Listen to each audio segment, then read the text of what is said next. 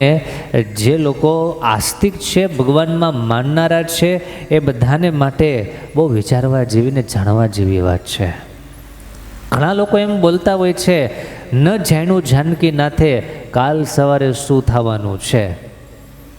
ઘણા માણસો પોતપોતાની એવી માન્યતાઓ, વિચારધારાઓ કાવ્યના સ્વરૂપમાં કે અન્ય કોઈ પ્રવચનના સ્વરૂપમાં રજૂ કરતા હોય છે કે ન જાણ્યું જાનકી નાથે કાલ સવારે શું થવાનું છે, કે ભગવાનને ખબર નહોતી કાલ સવારે શું થવાનું છે. પણ એ વાત ખોટી. ભગવાન છે, સર્વજ્ઞ છે, સ્વતંત્ર છે, ત્રિકાલજ્ઞ છે, ભૂત ભવિષ્ય વર્તમાન એ બધું સમજી શકે છે, જાણી શકે છે. એમ કેમ કહી શકીએ કે એ કાલ સવારે શું થવાનું જાનકીનાથને ખબર નહીં હોય?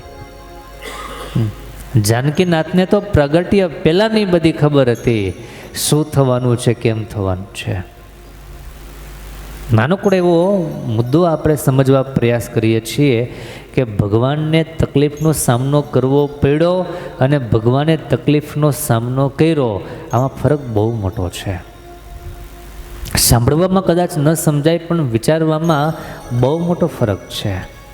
ફરક એ છે કે સામનો કરવો પડ્યો એનો અર્થ એમ કે એ ભગવાન તકલીફથી બંધાયેલા છે.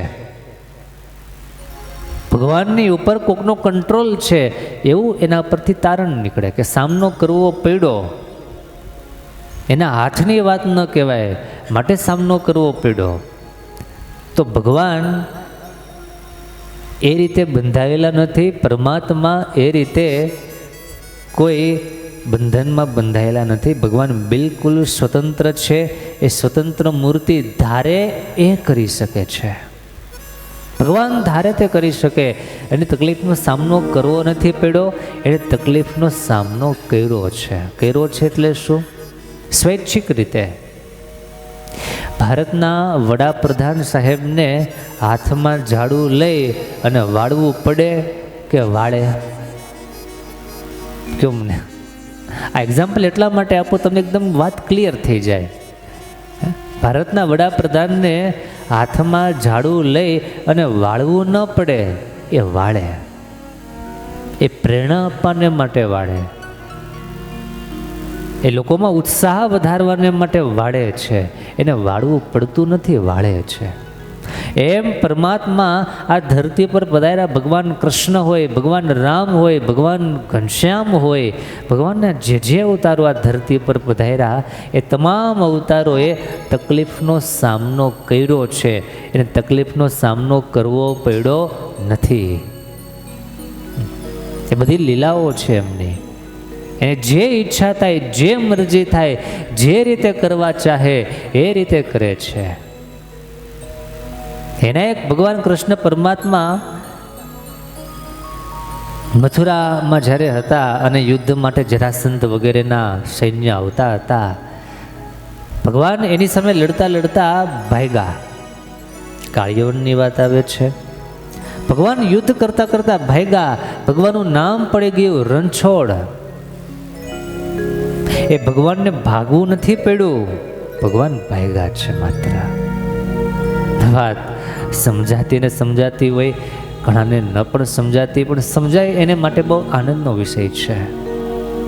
કે ઠાકોરજી લીલાઓ કરે છે, વિવિધ લીલાઓ, ભગવાનના ચરિત્રો છે.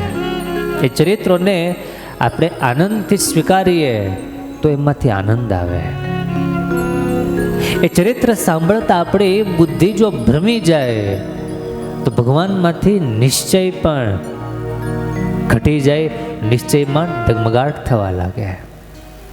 એટલે એક વાત વળી વળીને કહીશ, ભગવાન કાળ, કર્મ અને માયા એનાથી પર છે, એના નિયંતા છે, એના ઉપરી છે, એના કંટ્રોલર છે.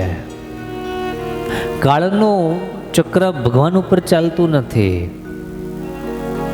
માયાનો મોહ ભગવાનને બાંધી શકતો નથી.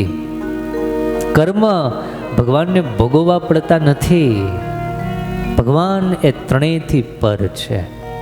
આ ત્રણેય પરમાત્માની શક્તિ છે. કાળ શક્તિ, ક્રિયા શક્તિ, માયા એ ભગવાનની શક્તિ છે. એ શક્તિના કંટ્રોલર સ્વયં ભગવાન છે. આ વાત ક્યારેય ભૂલાય નહીં. તો ગઈકાલની કથામાં